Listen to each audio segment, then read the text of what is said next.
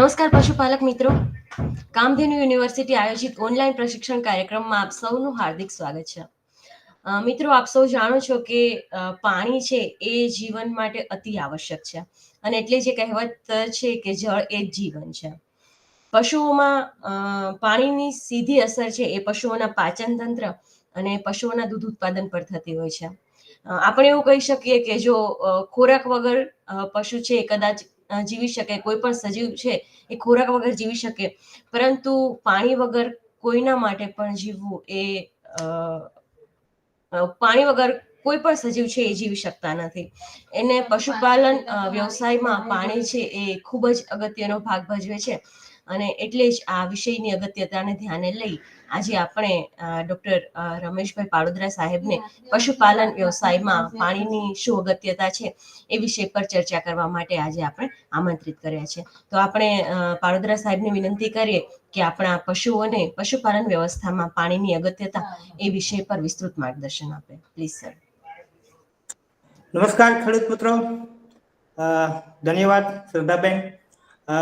જેમ તમે વાત કરી કે જીવનમાં પાણીની અગત્યતા એમના જીવન માટે હર એક વ્યક્તિ કે આપણે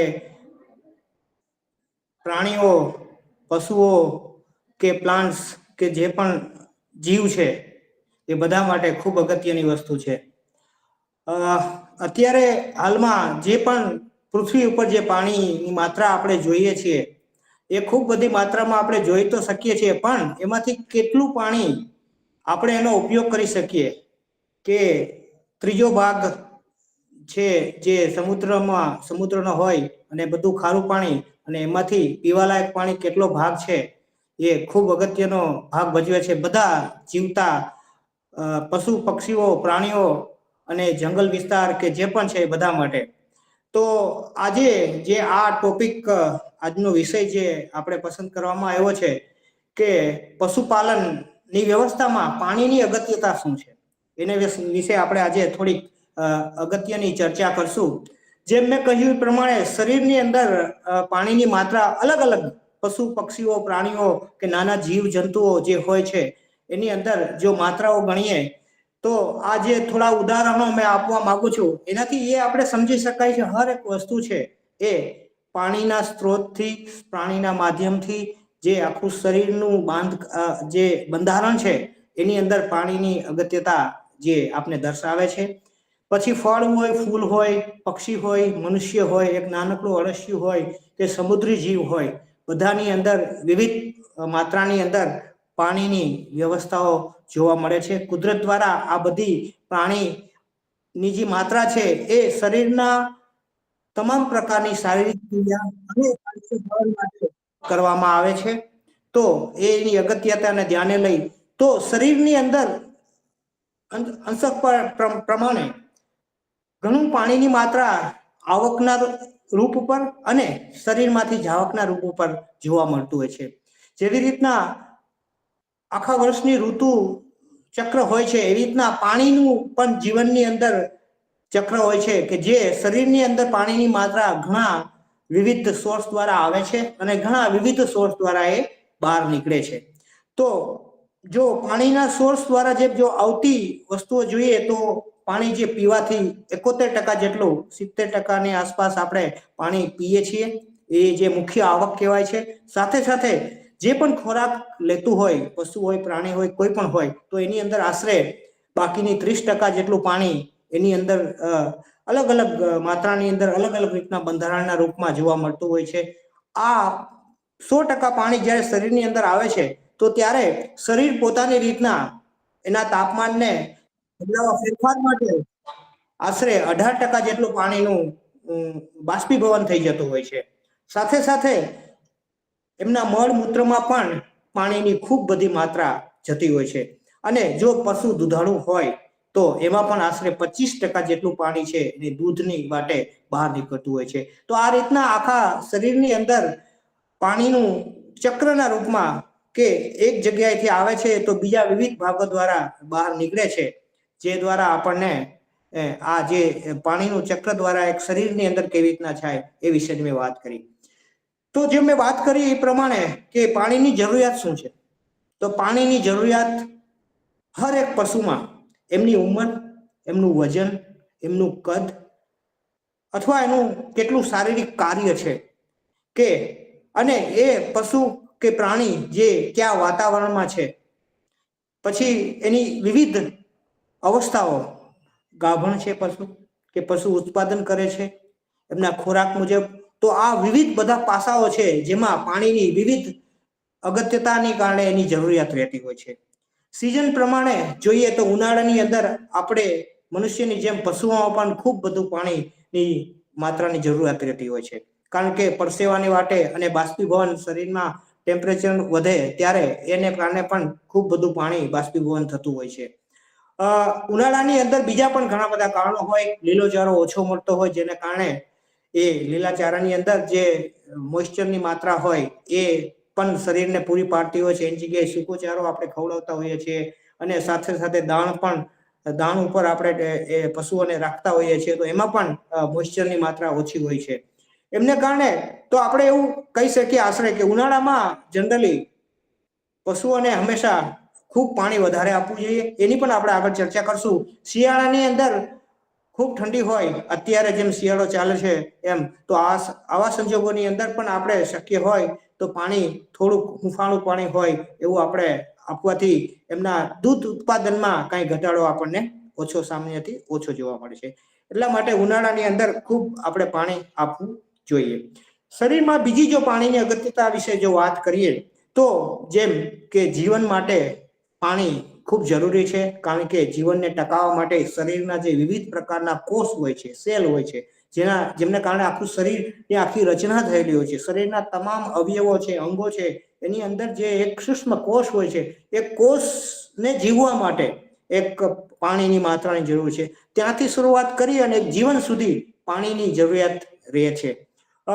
પાણીનો બીજો પણ એક અગત્યનો ભાગ છે, રોલ છે બોડીની અંદર, કે બોડીનો તાપમાન જે ટેમ્પરેચર હોય છે એને મેન્ટેન કરવામાં પાણી ખૂબ અગત્યતા નો ભાગ ભજવે છે. સાથે સાથે પાણી પીવાથી કે જે પણ પોષક તત્વો હોય છે આપણા પાચન દ્વારા આંતરડાની અંદર જાય છે, ત્યાંથી એનું શોષણ થઈ અને લોહીની અંદર રુધિરાભિસરણ દ્વારા સર્ક્યુલેશનની અંદર પણ આ વિવિધ જગ્યાએ આ બધા પોષણો પહોંચાડવામાં પાણી અગત્યનો ફાળો કરે છે. કારણ કે લોહી કે રુધિર, બ્લડને પણ પરિવહન કરવામાં પાણીની ખૂબ અગત્યતા છે, કારણ કે લોહીની અંદર પણ એમના કોષોની સાથે પ્લાઝમા નામનું જે લિક્વિડ હોય છે તે પાણીનું જ બનેલું હોય છે. એટલા માટે પાણી ત્યાં પણ અગત્યતા રહે છે એમની. શરીરના જે પણ મેટાબોલિક એક્ટિવિટી હોય છે, જેને ચયાપચય કહેવાય છે, એમાંથી ઘણા બધા જે વેસ્ટ મટીરિયલ, જે કચરો નીકળે છે, એ બધાનો પણ નિકાલ કરવામાં પાણી અગત્યનો ભાગ ભજવે છે, કારણ કે બધા મેટાબોલાઇટ્સને પાણીની અંદર એમને ડિઝોલ્વ કરી અને પછી એને બહાર નીકાળવામાં મદદ કરતા હોય છે. દૂધ આપતા પશુઓની અંદર પણ દૂધની માત્રા વધારવામાં કે જે પણ દૂધની માત્રા વધારવામાં પણ પાણીનો અગત્યનો ફાળો હોય છે. જો પાણી ઓછું પાવામાં આવે દુધાળા પશુઓમાં તો પણ દૂધના ઉત્પાદનમાં ખાસો બધો આપણે ફરક જોવા મળતો હોય છે. શરીરના વિવિધ સાંધાઓ છે એની અંદર જે પણ ફ્લુઇડ છે, લ્યુબ્રિકેન્ટ છે, એની અંદર પણ આ પાણીની અગત્યતા રહેલી છે. પાચન ક્રિયામાં મદદ કરે છે. શરીરના બીજા પણ હોર્મોન્સ છે, અંતરસ્ત્રાવો, જે વિવિધ પ્રકારના સિક્રિશન્સ છે, એને રિલીઝ કરવામાં, એના ફંક્શનમાં, એની પ્રક્રિયામાં પણ ખૂબ બધું પાણીનો અગત્યતા રહેતી હોય છે. હવે જોઈએ આપણે કે અલગ અલગ વિવિધ પશુઓની અંદર એની દૈનિક જરૂરિયાત શું હોય છે. જેમ મેં હમણાં વાત કરી કે પશુઓમાં દૈનિક જરૂરિયાત છે એ પણ એમના કદના આધાર ઉપર, એમના વજનના આધાર ઉપર, એની પરિસ્થિતિ, હવામાન, ખોરાક અને કે એનિમલ પશુ છે એ દુધાળુ છે કે નહીં, એ બધાની અગત્યતાને જોતા લગભગ બધા પશુઓમાં પાણીની પોતપોતાની જરૂરિયાત રહેતી હોય છે, અલગ અલગ જરૂરિયાત રહેતી હોય છે. એવું કહેવામાં આવે છે પશુ એના પોતાના વજનના આશરે 6 થી 7% જેટલું પાણી રોજિંદી જરૂરિયાત હોય છે. 60 કિલોનું અથવા 70 કિલોનું પશુ હોય તો એને 6 થી 7 કિલો, એટલે લીટરમાં આપણે ગણતરી કરીએ 6 થી 7 લીટર જેટલું પાણી એમની રોજિંદી જરૂરિયાત હોય છે. અને ખોરાકના આધારે પણ પશુઓની અંદર પાણીની રોજિંદી જરૂરિયાત આપણે ગણી શકાય છે. એ કેટલો 1 કિલો ડ્રાય મેટરના આધાર ઉપર ગણવામાં આવતી હોય છે. થંબ રૂલ પ્રમાણે જો આપણે વાત કરીએ તો ગાય ભેંસ આ જે પશુઓ છે, જે મોટા પશુઓની અંદર એમાં આશરે 40 થી 50 લીટર જેટલી એમની રોજની જરૂરિયાત પીવાના પાણીની જરૂરિયાત હોય છે, જે આપણે બહારથી એને આપવું પડે છે. નાના વાછરડા હોય, નાના પશુઓ જેમ કે ઘેટા, બકરી આ બધા હોય તો એની અંદર પણ આશરે 8 થી 10 લીટર જેટલું પાણીની જરૂરિયાત રહેતી હોય છે. ઘોડા જેવા પશુઓ છે જે જનરલી ઘણા બધા પશુપાલકો રાખતા હોય છે, એમને પણ આશરે 30 થી 35 લીટર જેટલી પાણીની રોજની જરૂરિયાત રહેતી હોય છે. મરઘા પાલનની અંદર પણ આપણે હરેક મરઘા દીઠ જો આપણે પાણીની ગણતરી કરીએ તો આશરે 200 થી 300 ml જેટલું પાણી જોઈએ. આ પાણીની જરૂરિયાત આપણા માટે એટલા માટે અગત્યતા ધરાવે છે કારણ કે આપણે ઘણી વખત ઘરે પશુ બાંધતા હોય, 1 હોય 2 હોય તો આપણે એને કેટલી વખત પાણી પાવું જોઈએ અને એક વખત જ્યારે પાણી પાતા હોય તો આપણે એને કેટલી માત્રામાં આપીએ છીએ એ પણ આપણા ધ્યાને હોવું જોઈએ. ઉનાળાની અંદર આપણે 1 ડોલ 2 ડોલ પાતા હોય તો આપણે હોઈ શકે એ સિઝનની અંદર આપણે 3 થી 4 ડોલ જેટલું પાવું જોઈએ. તો આ એક જરૂરિયાતના આધાર ઉપર આપણે હર એક પશુપાલકને આપણે ખ્યાલ પડે કે આશરે કેટલી જરૂરિયાત હોય છે અને આપણે કેટલું પાણી પાઈએ છીએ એ અંદાજે આપણે એનાથી ખ્યાલ આવે છે. જે મેં વાત કરી કે પશુઓની અંદર પાણી માટેના કેટલા સ્ત્રોત હોય છે, તો મુખ્યત્વે એક તો પશુ જે પણ પાણી પીવે છે, બરાબર, એની દૈનિક જરૂરિયાત પ્રમાણે તો એમાંથી એમને પાણી મળે છે. બીજું કે જે પણ ખોરાક ખાય છે પશુઓ, કે આજે લીલો ચારો હોય, સૂકો ચારો હોય કે બીજું કોઈ પણ દાણ ખવડાવવામાં આવે તો એની અંદર કંઈક ને કંઈક માત્રાની અંદર મોઇશ્ચર કે પાણીની ટકાવારી હોતી હોય છે. તો એ પાણીની માત્રા પણ પશુઓને જ્યારે એ ગ્રહણ કરે છે તો એને એ પાણી પણ એમને મળે જ છે. આની સાથે સાથે એક જે ત્રીજા નંબરનો જે પાણીનો સ્ત્રોત જે પશુઓમાં જોવા મળે છે એ જેને મેટાબોલિક વોટર કહેવાય છે. આ એ પ્રકારનું પાણી હોય છે જે શરીરમાં ઉત્પન્ન થતું હોય છે જ્યારે પણ જે પણ ખોરાકની અંદર પ્રોટીન હોય, કાર્બોહાઈડ્રેટ હોય, ફેટ હોય કે ચરબી જેને આપણે કહીએ છીએ, એ બધાની ચયાપચય દ્વારા, મેટાબોલિઝમ દ્વારા કે એના દહનની પ્રક્રિયાઓ થતી હોય છે, જે સામાન્ય તौर પર જે એક બાયોલોજીકલ રસાયણ ક્રિયાઓ દ્વારા શરીરની અંદર ઘણા બધા આવા રિએક્શન્સ ને એવું થતું હોય, એમને કારણે પણ ઘણું બધું પાણીની માત્રા ઉત્પન્ન થતી હોય છે, જેને આપણે મેટાબોલિક વોટર કહેતા હોઈએ. એ મેટાબોલિક વોટર પણ પશુ પોતાના અલગ અલગ જગ્યાએ જ્યાં પણ એની જરૂરિયાત હોય ત્યાં આ પાણીનો ઉપયોગ કરતા હોય છે. એટલે આ મુખ્યત્વે પ્રાણીઓમાં આ 3 પ્રકારના પાણીના સોર્સ જોવા મળતા હોય છે. બરાબર. હવે આપણે પ્રશ્ન થાય કે પાણી હોય તો એની વ્યવસ્થા આપણે કેવી કરવી જોઈએ અને કેવા પ્રકારનું પાણી આપણે પાવું જોઈએ. સામાન્યતઃ બધા જાણીએ છીએ આપણે કે આપણે પશુઓને હંમેશા ચોખ્ખું પાણી અને શક્ય હોય તો એને 24 કલાક મળી રહે એવી વ્યવસ્થા આપણે ઊભી કરવી જોઈએ. ઘરે આપણે જ્યારે રહેઠાણની અંદર આપણે બાંધીને રાખતા હોઈએ તો એવા સંજોગોની અંદર આપણે જ્યારે પણ પાણી આપણે એને પાઈએ ત્યારે જ્યાં સુધી એ પાણી પીવાનું બંધ ન કરે ત્યાં સુધી આપણે પાણી એને પાતું રહેવું જોઈએ. કે ઘણી વખત આપણા પશુપાલકો મિત્રોની અંદર ઘણી વખત આવું જોવા મળતું હોય કે રોજની 2 ડોલ પાઈએ આપણે, પણ 2 ડોલ હોઈ શકે કે આજે એની 3 ડોલ પીવાની ઈચ્છા છે. તો આવા ઘણા બધા પરિબળો કે આવા ઘણા બધા સિઝનને કારણે કે એની જરૂરિયાતના મુજબ એની પાણીની જે રોજિંદી જરૂરિયાત હોય એ અલગ અલગ રહેતી હોય છે. તો સંજોગોવશાત ક્યારે કેટલી જરૂર છે આપણે ખ્યાલ ના આવતો હોય તો આવા સંજોગોની અંદર શક્ય હોય ઓર્ગેનાઇઝ ફાર્મની અંદર ખાસ કરીને જ્યારે આપણે 10-12 પશુઓને એક વાડાની અંદર છૂટા રાખવામાં આવતા હોય ત્યાં આપણે હવાડો બનાવીએ અને એ હવાડાની અંદર 24 કલાક એને વ્યવસ્થિત ચોખ્ખું પાણી મળી રહે એ રીતના આપણે વ્યવસ્થા કરવી જોઈએ. અલગ અલગ જેમ કે ભેંસો છે તો એને ઉનાળાની અંદર ખૂબ પાણીની વધારે જરૂરિયાત પડતી હોય તો એ પ્રમાણે પણ આપણે પાણીની વ્યવસ્થાઓ આપણે કરવી જોઈએ. ઘણા બધા દૂધણા જે પશુઓ હોય કે એવું કહેવામાં આવે છે કે એમની દૈનિક જરૂરિયાત સિવાય એના હર 1 લીટર દૂધ ઉત્પાદનના આધાર ઉપર પણ એને પાણી વધારાનું આપણે આપવાનું હોતું હોય છે. તો એવું કહેવામાં આવે છે 1 લીટર દૂધ ઉપર આશરે 2 થી 2.5 લીટર જેટલું વધારાનું પાણી આપણે પશુને આપવું જોઈએ અને પશુ એ ગ્રહણ પણ કરતું હોય છે કે કારણ કે દૂધની અંદર આશરે 90 થી 85% જેટલું પાણી હોય છે. તો આ બધું પાણી ક્યાંથી આવવાનું છે?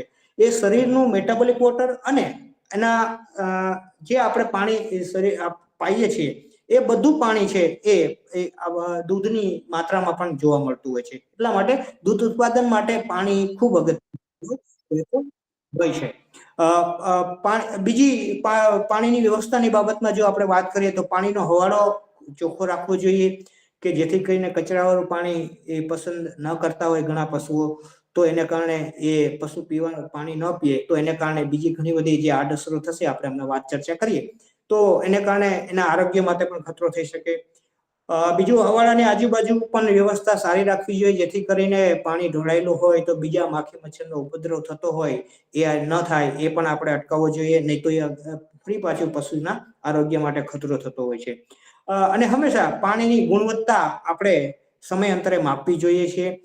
સૌરાષ્ટ્રના ઘણા બધા જિલ્લાઓની અંદર પાણીની ગુણવત્તાની અંદર ફ્લોરિન છે કે સોલ્ટનું પ્રમાણ, મીઠાનું પ્રમાણ ખૂબ વધારે હોય છે. તો આવા સંજોગોની અંદર આપણે ચોકસાઈ પ્રમાણે એ પાણીને આપણે ફિલ્ટર કરી અને પશુ સુધી પણ આપણે એ રીતનું આરઓનો પ્લાન છે કે ગમે વિવિધ વ્યવસ્થા કરી અને આપણે પશુઓને આપવું જોઈએ.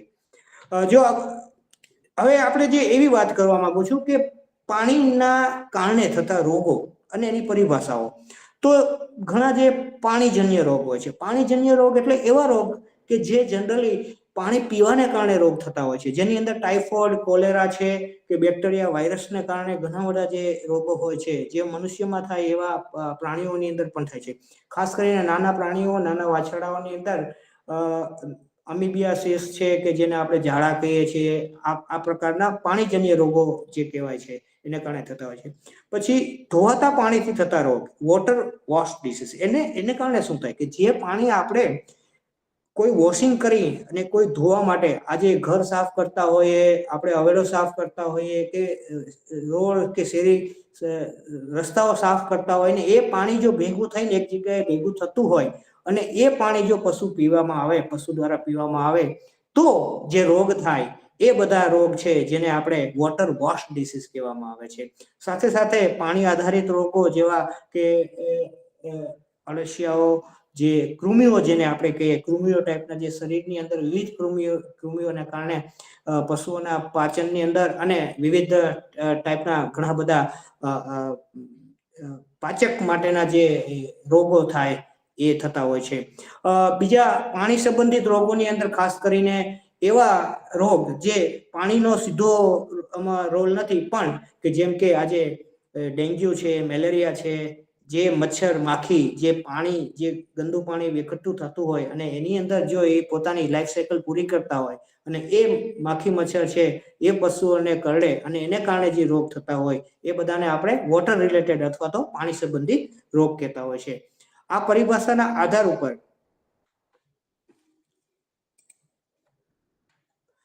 કે આ બધા એવા રોગ છે જેને કાળિયો તાવ, anthrax, TB, black quarter, plague, આ બધા જે પાણીજન્ય રોગોથી મોટા પશુઓની અંદર, ગાય છે, ભેંસ છે વગેરે વગેરે પશુઓની અંદર આ વિવિધ પ્રકારના બેક્ટેરિયાને કારણે રોગો થતા હોય છે. અને આ એવા રોગો છે જેને કારણે જો પશુ દુધાળુ હોય તો ખૂબ બધું એના પ્રોડક્શનની અંદર, એના ઉત્પાદનમાં ઘટાડો જોવા મળતો હોય. પશુઓ આની અંદર રૂટ ફોટ જેવી જે ફૂગ આવે છે, ફંગસ રોગ છે જે ઘરીઓની વચ્ચે થઈ જતી હોય છે, એને કારણે પશુઓ લંગડાતા જોવા મળે છે. એક્ટિનોમાઇકોસિસ અને એવા જે રોગ છે એના ગળાના ભાગની અંદર સોજી જાય છે અને ગળું ફૂલી જાય છે, પશુઓની અંદર ખૂબ બધી તકલીફ ઊભી કરતા જોવા મળતા હોય છે. એવા પણ ઘણા પાણીજન્ય રોગ છે જે પશુઓથી માનવીની અંદર અને માનવીથી પશુઓની અંદર એકબીજા માં ફેલાઈ શકતા, જેને ઝૂનોટિક ડિસીઝ કહેવાય, એમાં પણ પાણીજન્ય રોગોનો ખૂબ બધો ફાળો હોય છે. લેપ્ટોસ્પાયરા છે, કેમ્પાઇલોબોક્ટર છે, એસ્ટર્નિયા છે, સાલ્મોનેલા છે, ઇરિપ્સિલેસ છે, આ બધા રોગ એવા છે જે ઘણા બધા પ્રાણીઓની અંદર જોવા મળે છે. અને એ રોગ છે એ મનુષ્યમાં પણ ટ્રાન્સફર થતા જોવા મળે છે. જનરલી પાણીજન્ય રોગ જે પણ હોય એની બીમારીના લક્ષણો કેવા હોય, તો એના લક્ષણોમાં આપણે જો વાત કરીએ તો સામાન્યતઃ તાવ આવતો હોય છે, ઝાડા ઉલટી જેવી પ્રશ્નો ઊભા થતા હોય છે, એના ડાયજેશનની પ્રોબ્લેમ થાય છે, જે ખોરાકનો અપચો જેને કહેવામાં આવે છે. અને એમને લાંબા ગાળે જો આ લક્ષણો જોવા મળે તો ધીરે ધીરે એનું વજન ઘટે છે, પશુ દુબળું પણ પડી જાય છે અને એના ઉત્પાદનમાં ખૂબ બધો આપણે ઘટાડો જોવા મળતો હોય છે.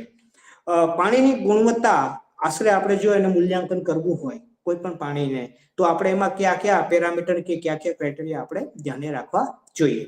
તો પાણીનો સ્વાદ અને સુગંધ ઘણી વખત એટલા માટે છે કે ગંદુ પાણી આવતું હોય ઊંચે ખૂબ ઊંડેથી બોરવેલની અંદર પાણી હોય તો એના સ્વાદની અંદર ફરક પડતો.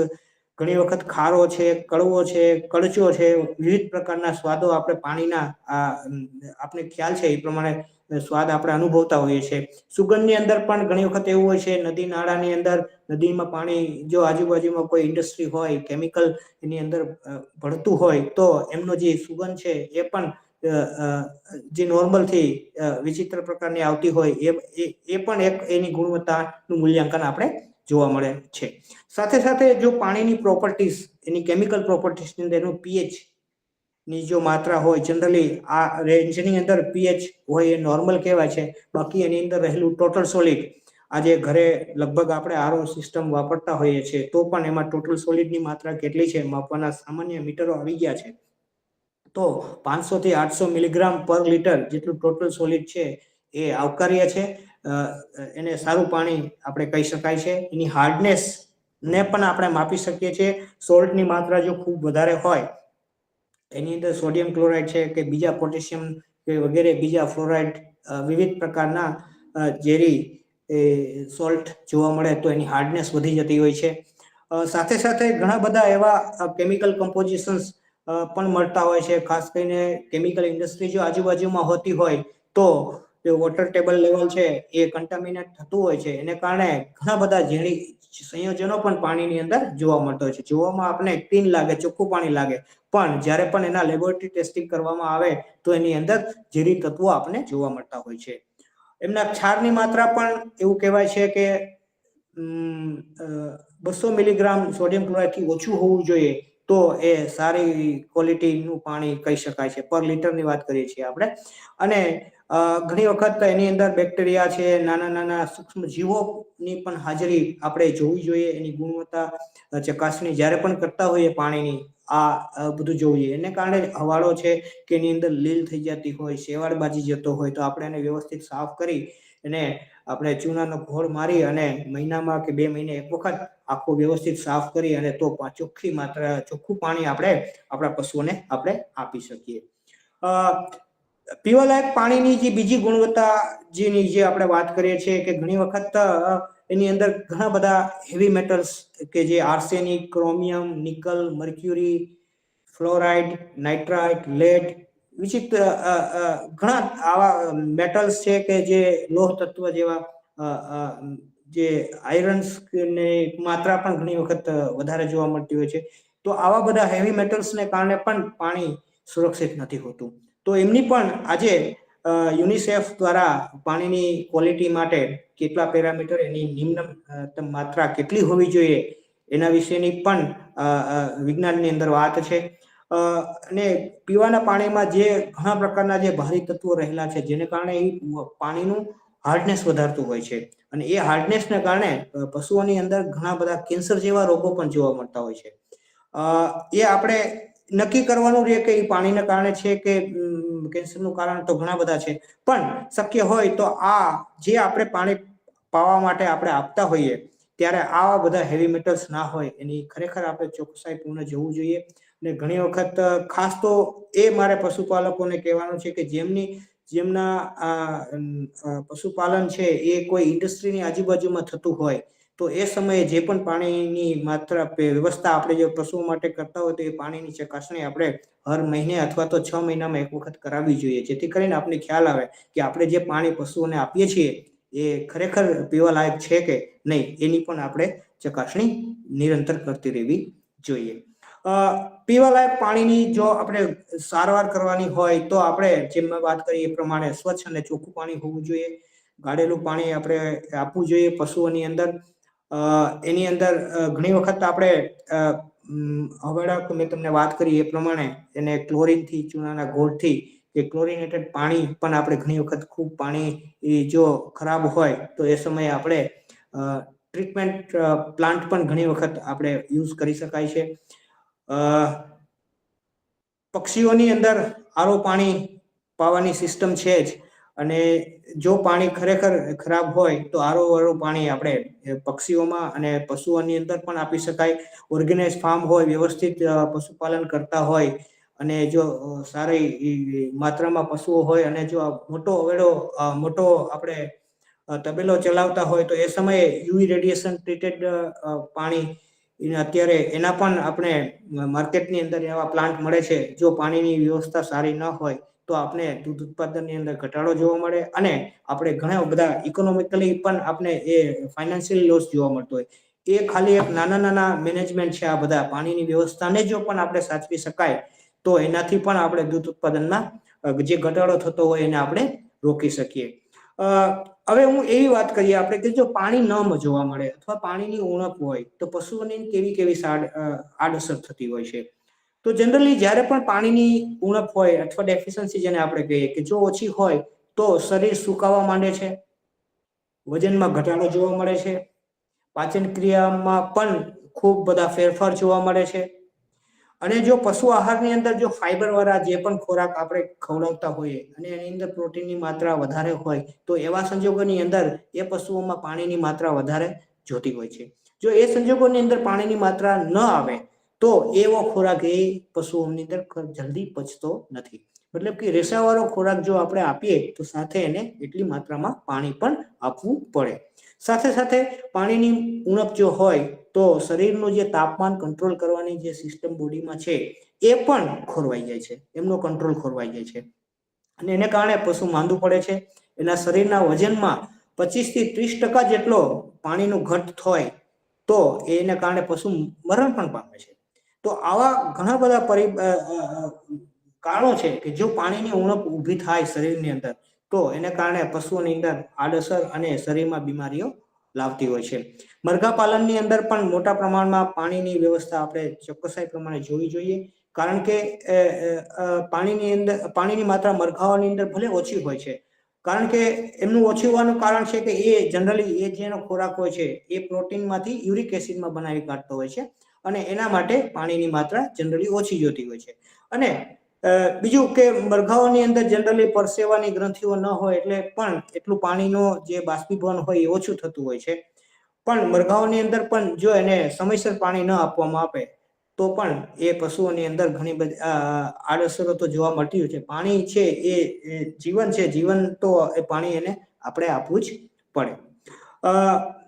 પશુઓની સાર સંભાળમાં પાણી માટેની ખાસ કરીને ચોમાસા દરમિયાન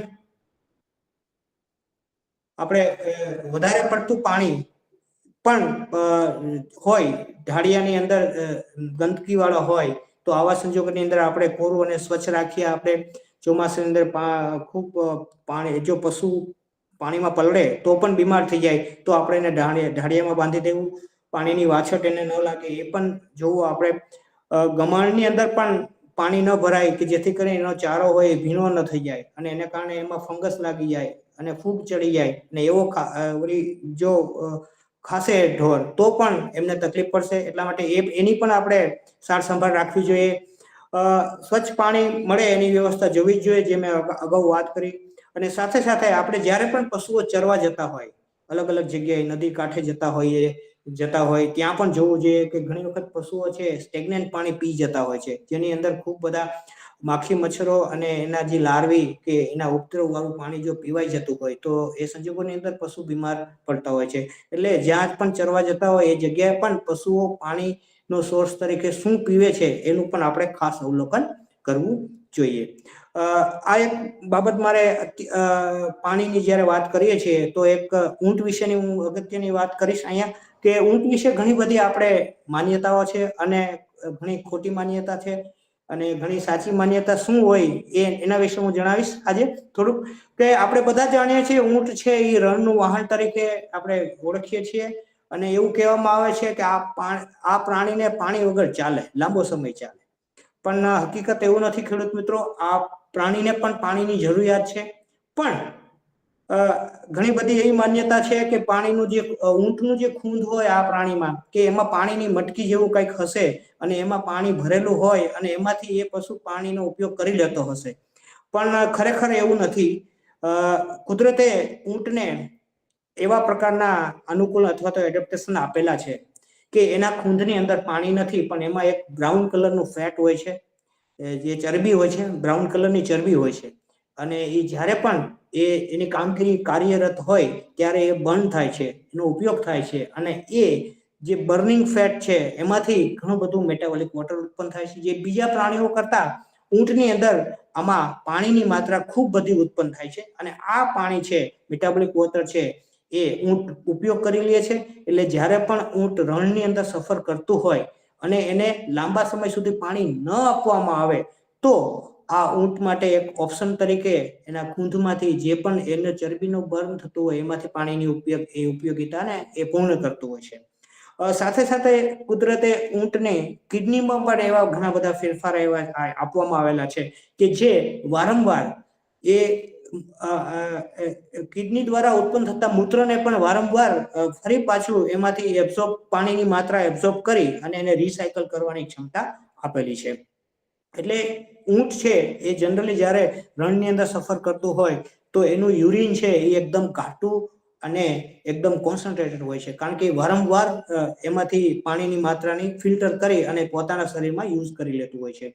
અને સાથે સાથે જ્યારે પણ ઊંટને પાણી પાવામાં આવે ત્યારે ઊંટમાં એક બહુ ટિપિકલ વસ્તુ જોવા મળે છે કે આ પ્રાણી છે 5 મિનિટની અંદર આશરે 15 થી 20 લીટર જેટલું પાણી એક સાથે પી જાય છે. મતલબ આ જે એક સાથે જાદુ પાણી પીવાની જે ક્ષમતા છે એ ઊંટ સિવાય લગભગ બીજા કોઈ પ્રાણીની અંદર જોવા મળતી નથી. એટલે આપણે એવું કહી શકીએ કે ઊંટ છે એવું ન કહીએ આપણે કે ઊંટને પાણીની જરૂરિયાત નથી રહેતી, પણ ઊંટને લાંબા સમય સુધી જો પાણી ન પાવામાં આવે તો ચાલે, પણ લાંબો સમય એટલે આશરે 4 થી 5 દિવસ સુધી ન પાઈએ તો ચાલે, પણ 5મે કે 6ઠા દિવસે તો પાવું જ પડશે. એટલા માટે આ જે કુદરત દ્વારા જે ઊંટને જે ઘણા બધા જે એડેપ્ટેશન્સ આપેલા છે એને કારણે કુદરતે આપણે રણના વાહન તરીકે આપણે જનરલી ઉપયોગમાં લેતા હોઈએ છીએ. ટૂંકમાં આજે આ જે વાર્તાલાપ કરી એનો હું ટૂંકમાં આજે પશુપાલકોને સાર આપવા માંગીશ કે આપણે જે પણ સારા અને આર્થિક પશુપાલન વ્યવસાય માટે જેટલી કાળજી આપણે પશુઓના આહાર માટે અને એની માવજતમાં રાખતા હોઈએ એટલી જ કાળજી અને એનાથી પણ વિશેષ કાળજી જો પીવાના પાણીમાં પણ આપણે રાખીએ તો આપણા પશુપાલનની અંદર એને આપણે ખૂબ એવો નફાકારક બનાવી શકાય છે. થેન્ક યુ, ખૂબ ખૂબ આભાર મને સાંભળી આવ્યા બદલ. ધન્યવાદ સર. પશુપાલક મિત્રો, ડોક્ટર પાડોદરા સાહેબે આજે આપણને પશુઓમાં પાણીની જરૂરિયાત કેટલી હોય છે, પાણીમાં રહેલ અશુદ્ધિઓને કારણે પશુઓમાં કેવા કેવા પ્રકારના રોગો થાય છે અને પાણીની ઉણપથી પશુઓને કેવા પ્રકારની આડઅસરો થાય છે એ વિશે ખૂબ જ રસપ્રદ અને આપણા પશુપાલકોને ખૂબ જ ઉપયોગી થાય એવી માહિતી આપી.